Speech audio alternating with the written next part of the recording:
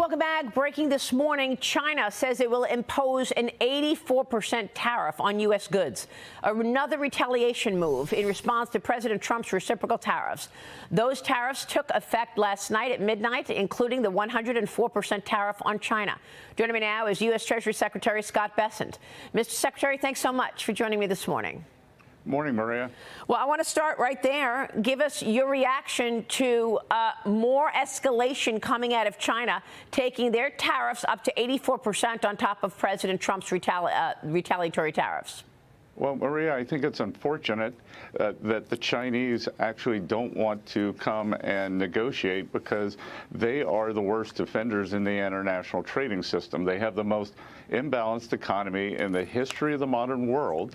And I can tell you that this escalation is a loser for them, that they have some very smart, the economists, the academicians, technocrats within their bureaucracy, and they would be telling the leadership that we do not have the edge here. They are the surplus country, that their exports to the U.S. are 5 times our exports to China. So they can raise their tariffs, but so what? So let's talk about this for a second, because I wonder, I agree with you. I mean, I think that China needs the United States so much more than the U.S. needs China. But the economies are so connected, Secretary. We're buying all this cheap stuff. People expect things to be cheap, and we know it's because they're made in China. And it feels like a soft war right now with China. Are there any areas or opportunities to give companies the time to move those supply chains to America so that we don't have to rely so much on China? This can't happen overnight, right? Even though China is the enemy, the #1 adversary, and we are in this soft war and they're escalating this right now, are the near-term effects such that the U.S. gets impacted negatively first? Well, again, Maria, no one wins in a war, but it's proportionality, and the proportionality for the Chinese is going to be much worse. And the other thing too is, Maria, what would be a very good step with the Chinese would be acknowledging that the precursor chemicals for fentanyl come from China. They make their way into North America and then are sold into the U.S. We have more than 100,000 American citizens dying every year. And so China, a very good start would be for them to make a gesture on the precursor fentanyls, because, distributing drugs in China is punishable by death. Why don't they apply the same standards to the people who are exporting these chemicals to the U.S.? Yeah. Well, it's true, and that's where this all started. President Trump said that he was putting tariffs in place on China as a result of their failure to stop the fentanyl flow. But now people are wondering, is that still the reason to put tariffs on China? Is it to raise revenue? Is it to get supply chains into America? Is it to answer, the fentanyl problem? People, business leaders are saying to me, why are we doing this? Everyone was very excited about President Trump's agenda, deregulation, tapping into energy, tax cuts, and now, boom, with these tariffs, everything has changed. Why are we doing this? Well, Maria, I think it's, as you said in the last segment, it's all of the above. President Trump was elected with a mandate. He's closed the border, so check on that. We are doing the very large deportation of people, criminals, and people who have overstayed their visits, their period. So we're in the midst of that. And now President Trump is tackling the trade agenda. And this isn't done in isolation, Maria. As you just interviewed Senator Hagerty, we're running the parallel processes here. So there's tariff, there's tax. Yeah. Tax is going extremely well. That the Speaker Johnson, Leader Thune, from the leadership of people like Senator Hagerty, Jason Smith, Senator Crapo, I can tell you that that's going very well. Yeah. So at a point, in the not too distant future, I think we will be back to firing on all cylinders.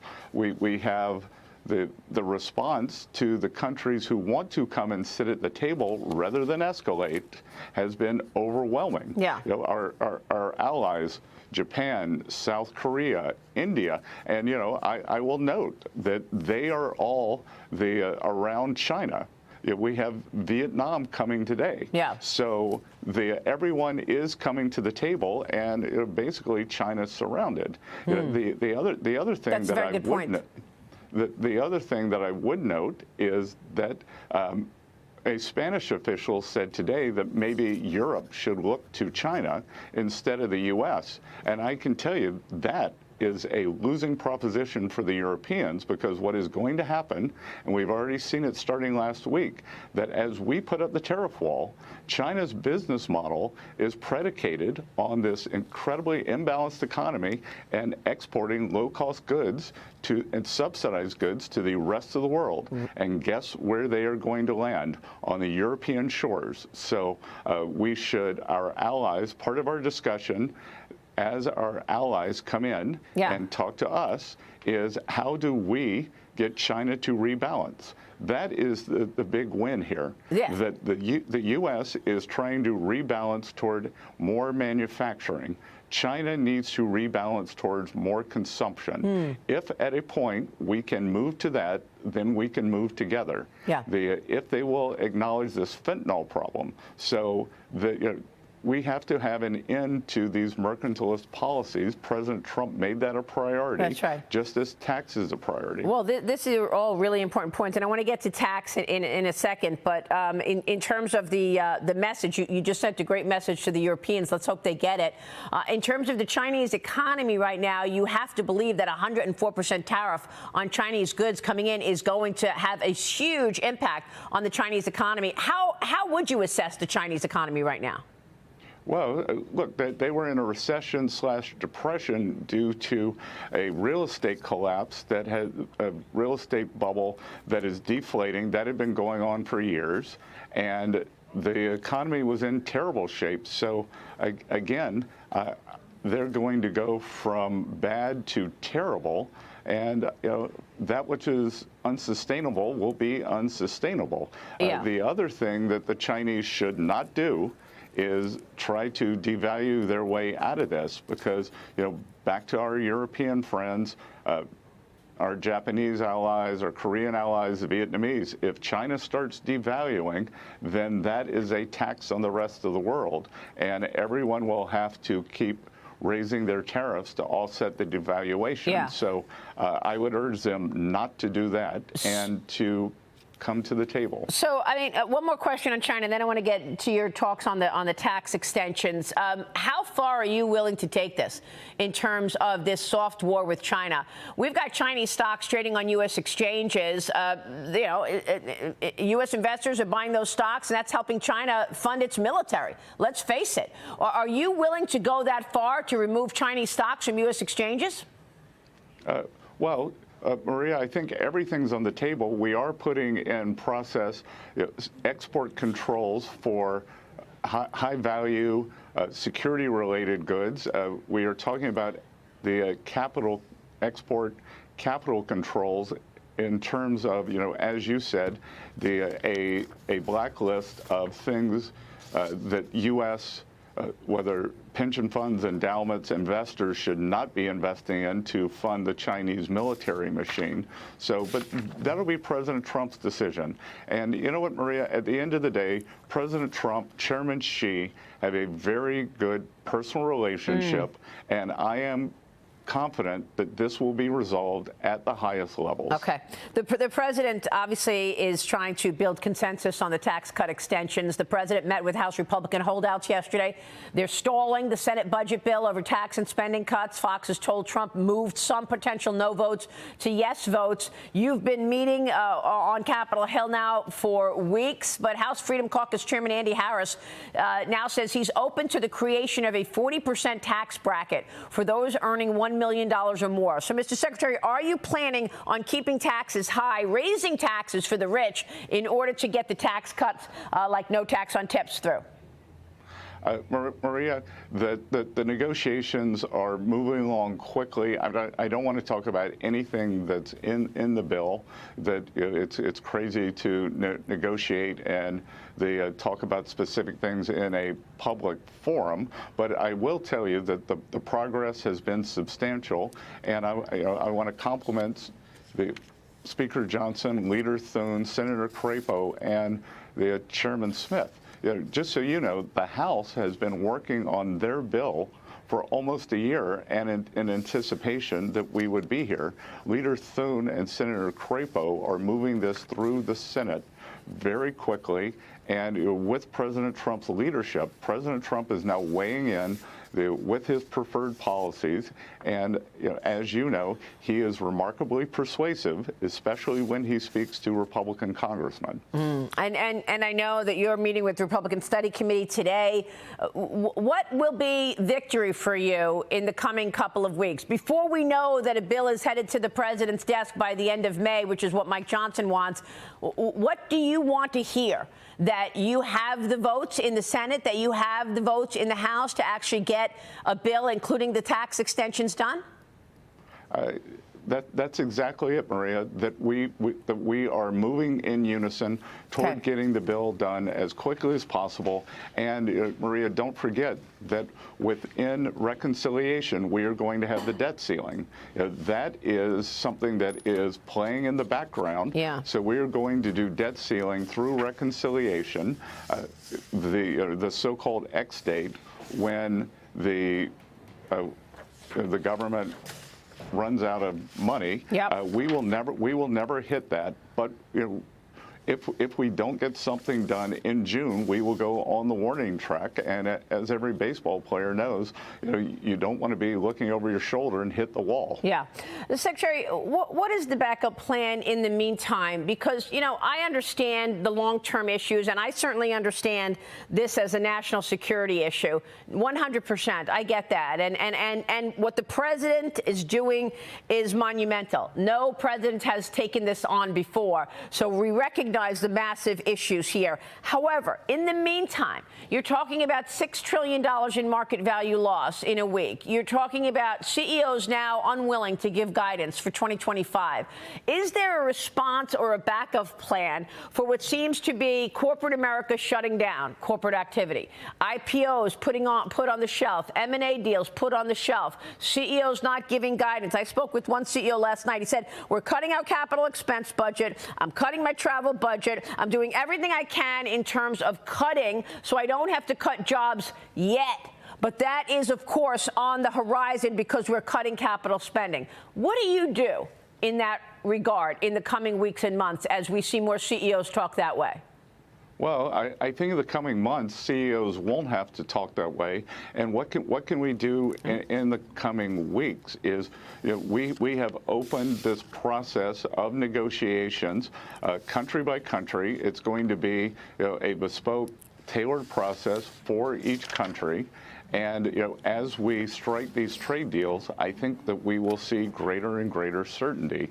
We have a delegation from Vietnam in.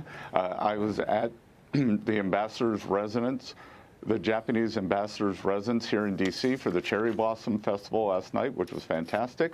And a Japanese delegation will be coming soon, South Korea, India, the UK. So I think we are going to see a rapid succession of these deals that will give CEOs greater certainty. But I think nothing gives greater certainty than getting this tax bill done. So what are the metrics and the milestones that we should be looking at, that, the market should be looking at to feel confident that this is working? You just named a number of countries. Is that what you want? Do you want to see 3, 5 new deals in the coming months in order to feel like, okay, we're getting somewhere? Well, that will be on trade, and then we talked about tax, and then Maria, I wanted to address. In the meantime, there is one of these. I've seen it very often in my market career. There's one of these deleveraging convulsions that's going on right now in the markets, and I think it's in the fixed income market. There's some very large leverage players who are experiencing losses. They're having to deleverage. I believe that there is nothing systemic about this. I think that it is an uncomfortable but normal deleveraging that's going on in the bond market. And I expect that as we see the leverage come down, the risk managers tapping people on the shoulders, telling them to bring their books down, which is what happens every couple of years as leverage builds up, then the market will calm down. The other thing I can tell you is I'm giving a speech this morning at the American Bankers Association, and we're going to be talking about the substantial financial deregulation that's pushing forward. And Maria, if we think about President Trump's agenda, tariffs came first. Now we're going to get tax done. We are pushing for deregulation, and the deregulation, unfortunately, takes longer to kick in, but I tell you, when it does, it's going to be powerful. And part of the deregulation in the banking industry will be changing what's called the supplementary leverage ratio, which will allow banks to buy more treasuries without a big capital charge. So, I would expect that we have created a new buyer for treasury securities, or a larger, more durable buyer. The fixed income issue has been a debacle this morning, and that is why I assume rates are moving up. The yield on the 10-year. We were wondering if there was a deleveraging issue, and whether or not China is dumping treasuries. Is that what you see right now? Is China dumping treasuries to try to put pressure on this this market? Maria, I think it works against their purposes if they are dumping treasuries, because if they're dumping treasuries, then they have to buy something else. If they sell dollars, then they strengthen their currency. And as I said earlier, they've actually been weakening their currency, which is a loser for everyone. Right. And again, when I hear all these stories, that the dollar is no longer going to be the reserve currency. If you end up with the Chinese who are willing to use their currency as a trade tool, that doesn't seem like a very good reserve asset to me. Yeah, very good point. But the dollar has been plummeting. You know that. What's the impact of that? Well, again, I want to reiterate, the U.S. has a strong dollar policy, and part of it is the overall, some of the bilateral, the dollar versus the euro, the dollar versus the yen. The Europeans are going to spend more on defense. So we are seeing upgrades, finally, to European fiscal spending. And it was President Trump's pressure on NATO, on the military alliance, to say, pay your fair share. Yeah. And that will bump their economy. In Japan, the yen has been strong, but again, that is the result of very strong Japanese economic growth, rising inflation expectations, so the Bank of Japan is raising rates. So, all that's natural, Maria. Secretary, I have one more final question for you, and I know that you gave a very thoughtful interview recently, and you talked about the fact that we've got millions of people still in poverty right now. You're about to give a speech. No doubt you're going to touch on the macro story, and increasingly people are expecting that we are headed for a recession. I spoke with one CEO over the weekend. He said we are already in a recession. So how do you deal with that as you are trying to implement all of these new policies like deregulation when you've got the market expecting a sharp slowdown in economic activity, sir? Well, Maria, I think what the CEO may have alluded to, and I've said it in the past, that the manufacturing sector under the previous administration was in a recession. So what we are doing is what I call reprivatizing the economy. 80% of the job creation was either government jobs or government adjacent, which is education and healthcare.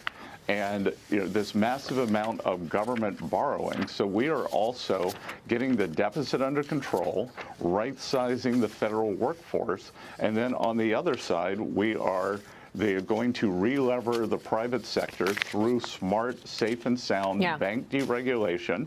And then, as this CEO said, they can come out of recession because I expect that long-term interest rates should come down as we get the budget under control, inflation under control, energy prices come down, and then the private sector will have room to grow. Yeah. Well, look, let's hope that this huge population of people that President Trump delivered in that election, which includes Republicans, Democrats, and independents, will wait this out and get to the other side. And not continue this loss of value. But, Secretary, we appreciate your leadership. Thanks very much for being here this morning.